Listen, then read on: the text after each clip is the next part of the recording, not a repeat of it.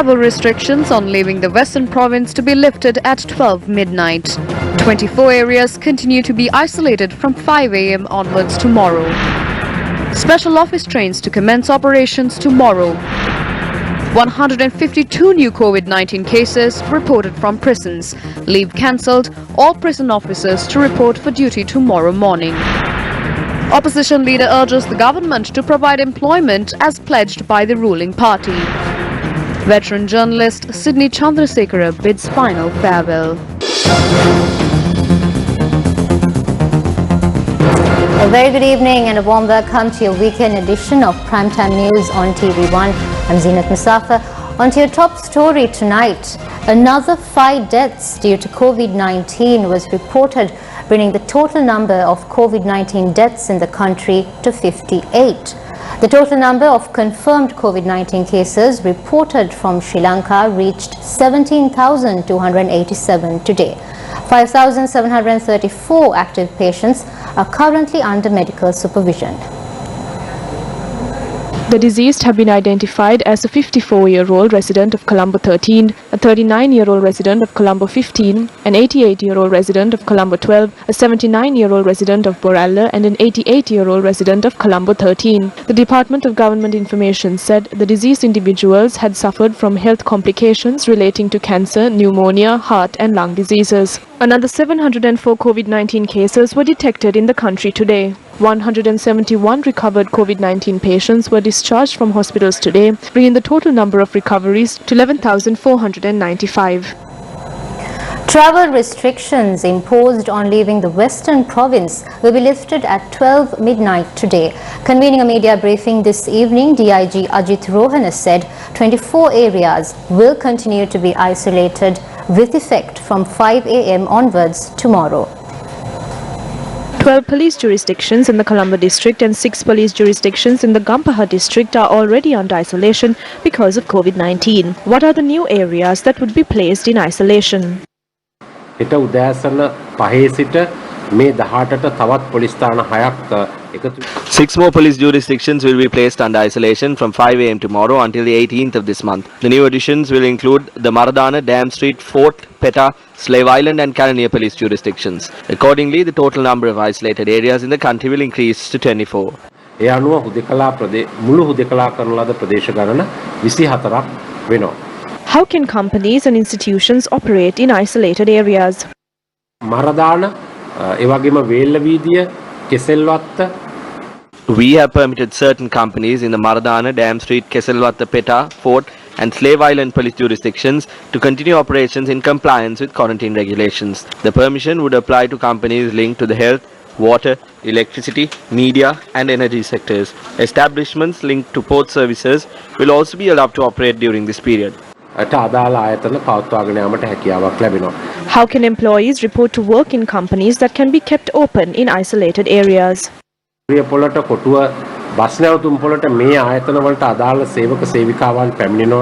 Companies must dispatch their vehicles to pick up employees from key transport terminals such as the Colombo Fort railway station or the bus stand. The same regulation will apply to government or semi-government institutions that offer essential services. Essential service industries and courts in the Maradana, Dam Street, Keselwatta, Peta, Fort and Slave Island police jurisdictions will be allowed to continue operations in line with the quarantine regulations.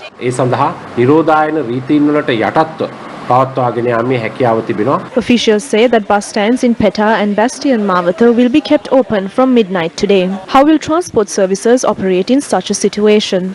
Colombo මධ්‍යම bus නැවතුම්පොළ ඒ වගේම කොළඹ කොටුව දුම්රිය ස්ථානය.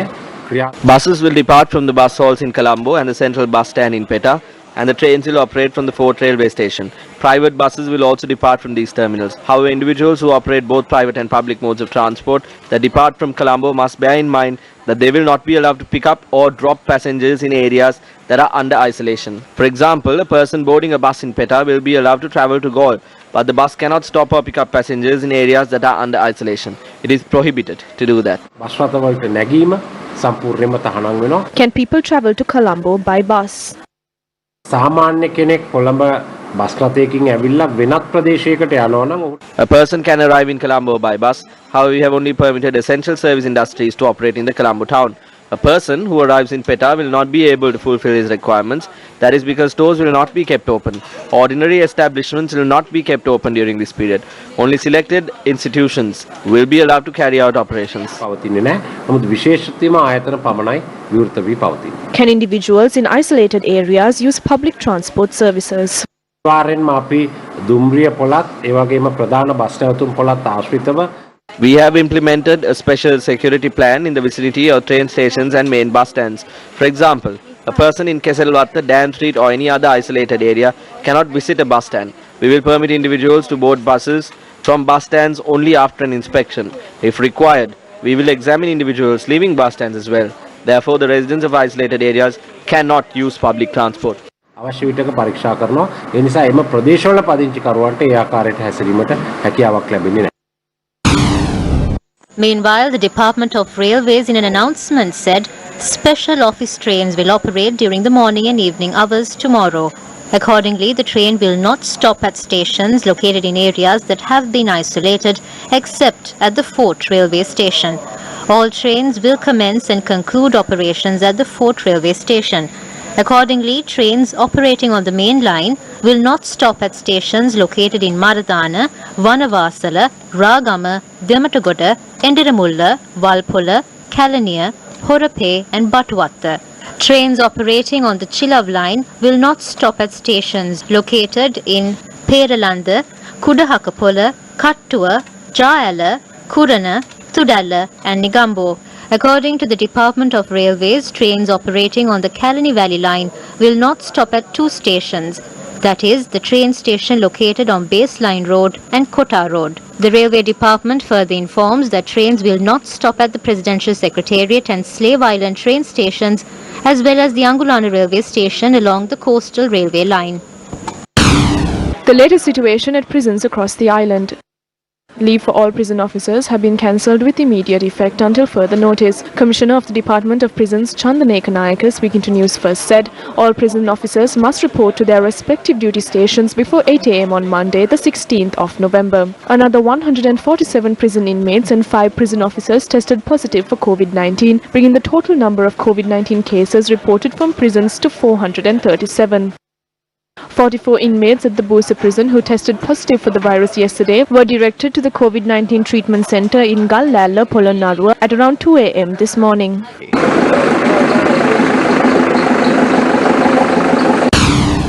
How do doctors view the situation at prisons? COVID-19 cases are being detected from several prisons. Cases were first identified from the Valikara prison. Thereafter, cases were reported from the Bogambara prison. This virus has also infected people from the Kuruita prison. These prisons accommodate a large number of inmates, and adhering to health guidelines such as social distancing is difficult in such areas with limited space. There is a risk that a large cluster like the one reported from Kandakadu may develop at prisons. What happened to the PCR machine at the Mulleriava Base Hospital?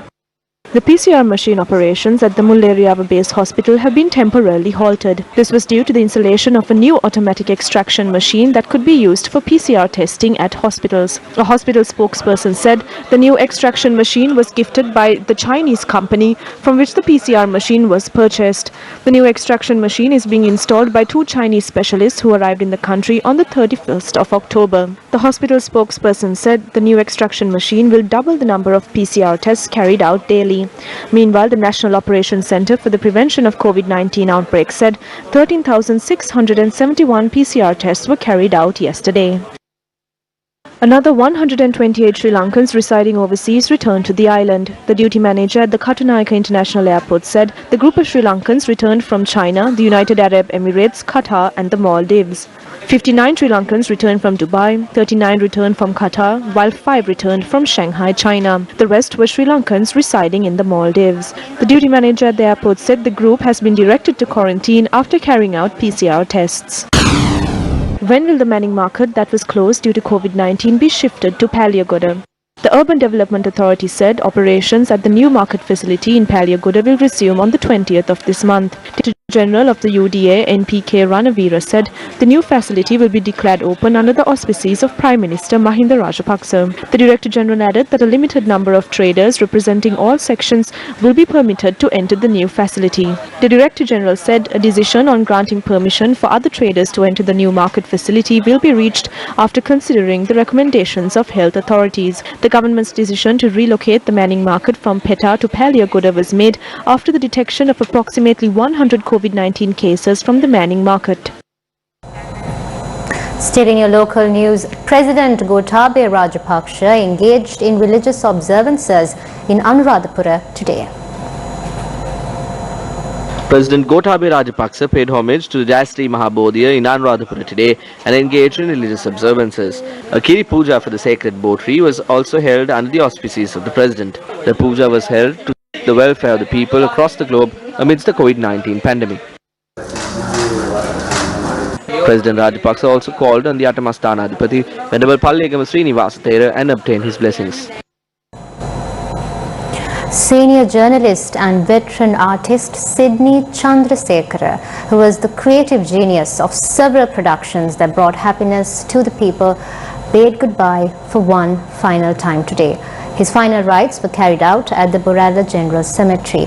While the lights have faded for Sydney Chandrasekhara, the many outstanding contributions he made will likely be enjoyed and savoured by generations of Sri Lankans in the years ahead.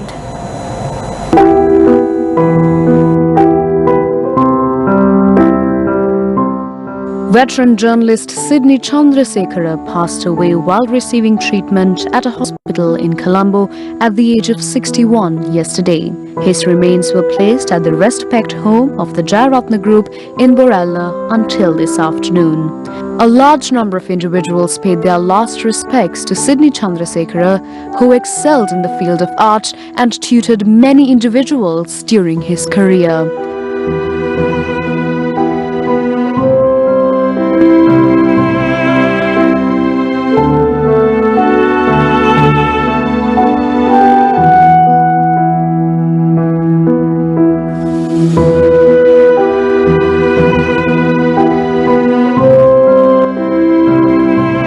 President Gotabaya Rajapaksa and Prime Minister Mahinda Rajapaksa were among those who expressed their condolences over his demise.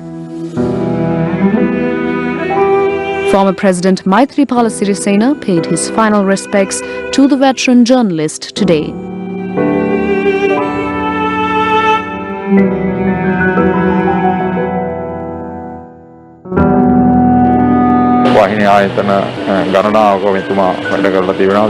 During his career, he worked at several television channels, including the Sirasa Media Network, where he served for a long time. His demise is a loss to the entire media industry and especially the art of free media in the country. He is a humanitarian journalist who displayed sincere commitment towards the media industry. While expressing my deepest condolences over his demise, I pray that he attains the bliss of Nibbana.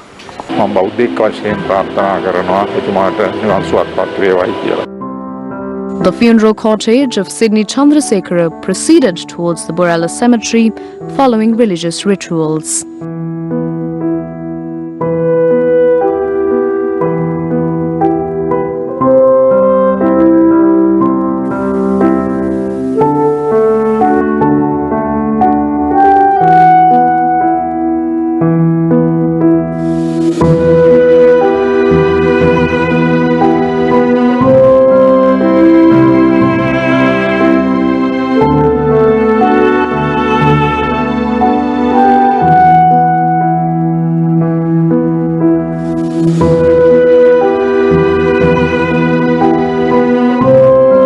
During his career in decades, Sydney Chandrasekhara excelled in several fields, especially in music and teledrama. Some of his significant work includes Nidhukumamal, Piyambanashvaya, Samudrajaya, Pimbarayanani and A9. Chandrasekhara, who displayed his prowess by mastering the art of lyric composed many songs that have remained etched to the people's hearts. As the Kapiana Nidagan Matabe, Anantien Piamba Avidin Tarakumara, Premadadayama, Meadareai, Me Apedeshai, and Gammadha are some of his songs that gained wide popularity among the people. The Negative Sri Lanka song, which was composed recently by Sidney Chandrasekhara, also saw the country chorusing his lyrics in one voice when the COVID-19 pandemic broke out in the country. Chandrasekhara, who rendered a great service in his capacity as a consultant at Newsfirst, will continue to be remembered always.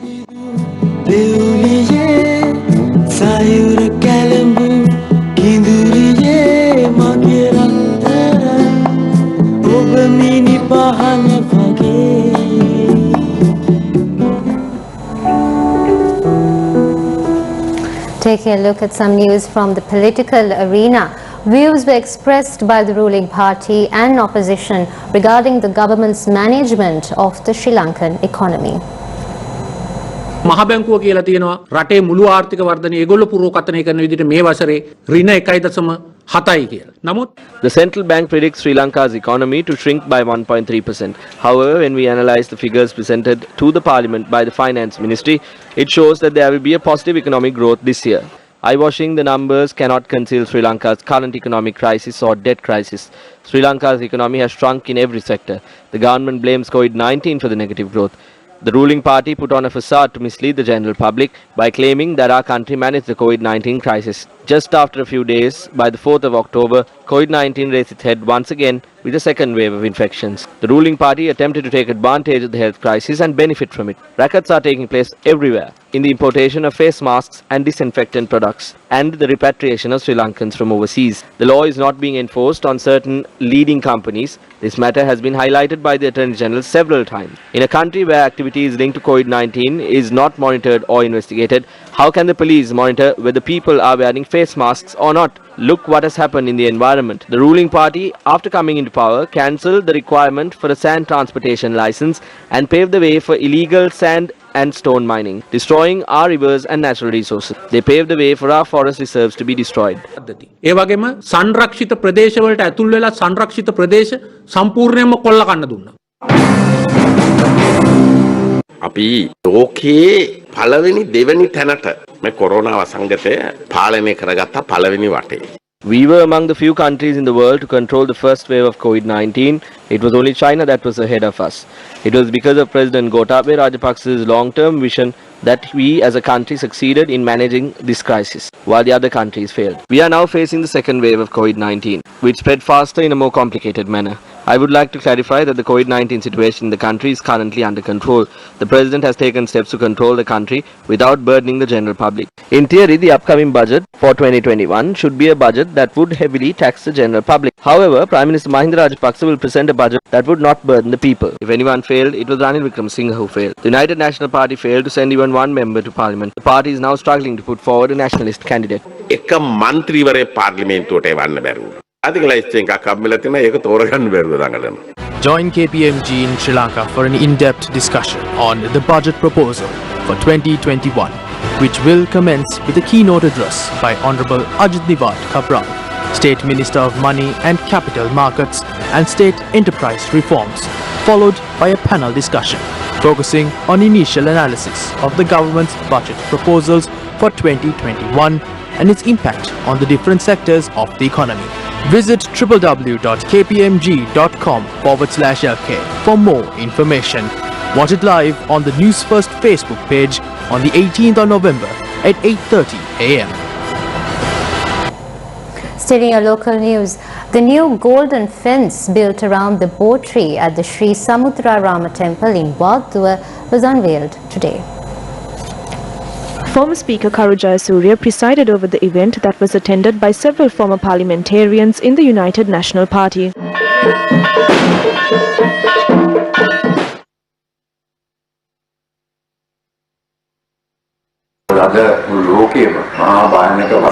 At a time when a dangerous pandemic is spreading across the world and claiming the lives of millions, it is important to respect and show compassion instead of displaying hatred towards one another.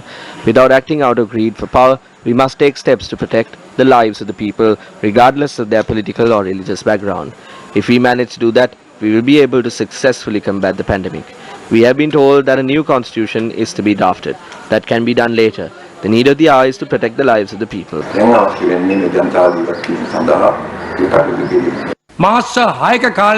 Nature granted us 6 months to wipe out the pandemic from the country. Those in power should have provided people with the necessary facilities, including healthcare during this period. Unfortunately, that did not happen. Now we have reached the height of the pandemic in the country. We did not utilize the 6-month amnesty granted to us by nature. I hope and pray that this religious ceremony will wipe out the pandemic, not just from this country, but from the world as well.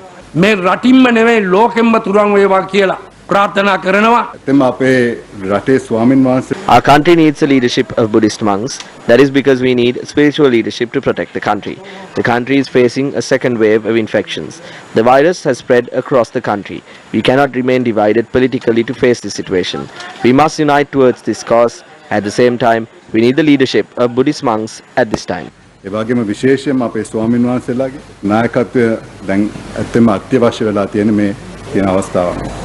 Addressing a media briefing yesterday, MP Harshana Rajakaruna from the Samagi Janabalavegaya expressed his views regarding certain development projects being carried out by the present government.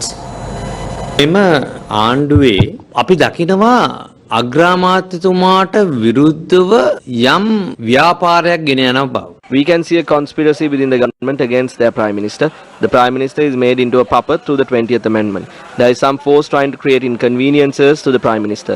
This article shows the Prime Minister Mahinda Rajapaksa participating as a chief guest for the inauguration ceremony of the Digavapi Sacred Area Renovation Project on the 11th. Digavapi is one of the most important and magnificent temples in the eastern province, which belongs to the Solasmasthana. He laid the foundation stone for the project after observing all religious observances. Then this is Sajith Premadasa laying the same foundation stone for the project during our government. He initiated these renovations by allocating 853 million rupees. The same project is inaugurated again by Mahinda Rajapaksa. Now I do not understand whether this is what the Rajapaksas do or whether it is a conspiracy of the Rajapaksas. මේක මේ රාජපක්ෂලා කරන දෙයක්ද නැත්නම් රාජපක්ෂලාගේ කුමන්ත්‍රණයක්ද මට තේරෙන්නේ. The 129th birthday of Museus College, Colombo 7 was celebrated today.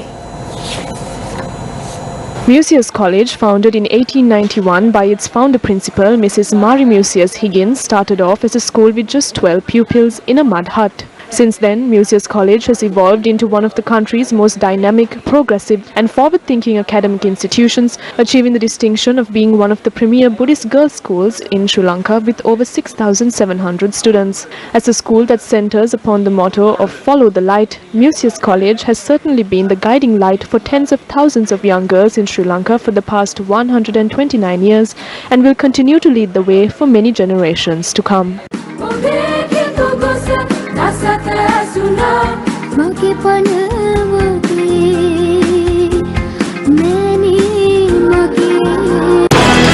The first step. Excuse me, at what time will the class begin? It should start by 3:30 in the afternoon. පන්තිය කීයටද පටන් ගන්නෙ? අද හවස 3:30 වෙද්දී පටන් ගන්න ඕනේ. எத்தனை மணிக்கு வகுப்பு தொடங்கும்? இன்று மாலை 3:30 அளவில் ஆரம்பமாக வேண்டும். The first step. Opposition leader Sajith Premadasa expressed his views regarding the government's employment program today. අපිට මතකයි වර්තමාන රජය කියනවා උපාධිධාරීන් 60000කට රස්සා ලබා දෙනවා කියලා.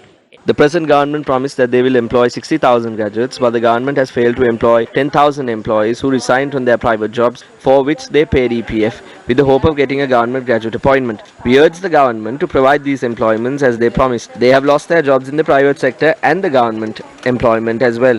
All of these employees left their small jobs on the instructions of the government. Therefore, I request the government to take immediate action and provide them with government graduate appointments. උපාධිපත්වීම් ලබා දෙන්නට කටයුතු කරන්නයි කියලා මම මේ අවස්ථාවේ ඉල්ලීමක් කරනවා. Opposition leader Sajith Premadasa expressed these views after receiving the blessings of the chief incumbent at the Tissa Maharama Kohomba Gahapalassa Subodharama Venerable at Batuwe Hema Lokatera this morning.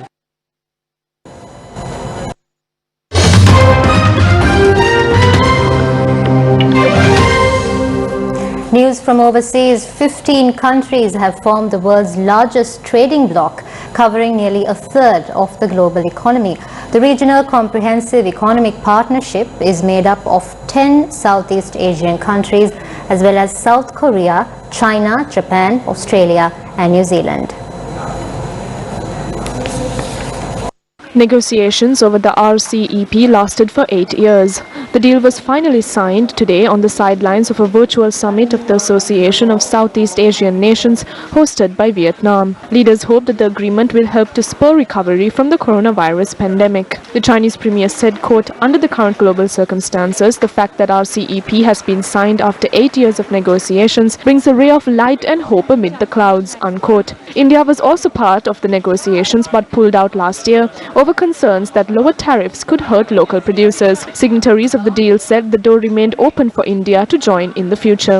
The RCEP is expected to eliminate a range of tariffs on imports within 20 years. It also includes provisions on intellectual property, telecommunications, financial services, e-commerce and professional services. Members of the RCEP make up nearly a third of the world's population and account for 29% of global gross domestic product. The first step. Excuse me, at what time will the class begin? It should start by 3:30 in the afternoon. පන්තිය කීයටද පටන් ගන්නේ? අද හවස 3:30 වෙද්දී පටන් ගන්න ඕනේ. எத்தனை மணிக்கு வகுப்பு தொடங்கும்? இன்று மாலை 3:30 அளவில் ஆரம்பமாக வேண்டும். The first step. Join KPMG in Sri Lanka for an in-depth discussion on the budget proposal for 2021, which will commence with a keynote address by Honorable Ajit Nivat Kabral, State Minister of Money and Capital Markets and State Enterprise Reforms, followed by a panel discussion focusing on initial analysis of the government's budget proposals for 2021 and its impact on the different sectors of the economy. Visit www.kpmg.com/lk for more information. Watch it live on the Newsfirst Facebook page on the 18th of November at 8:30 a.m. And that's a wrap of Primetime News on TV1. Thank you very much for watching. You can log on to our award-winning website, www.newsfirst.lk, and log on to our social media platforms, that is on Instagram, YouTube and Facebook, for more of the latest updates. I'm Zeenat Musafa. Take care and good night.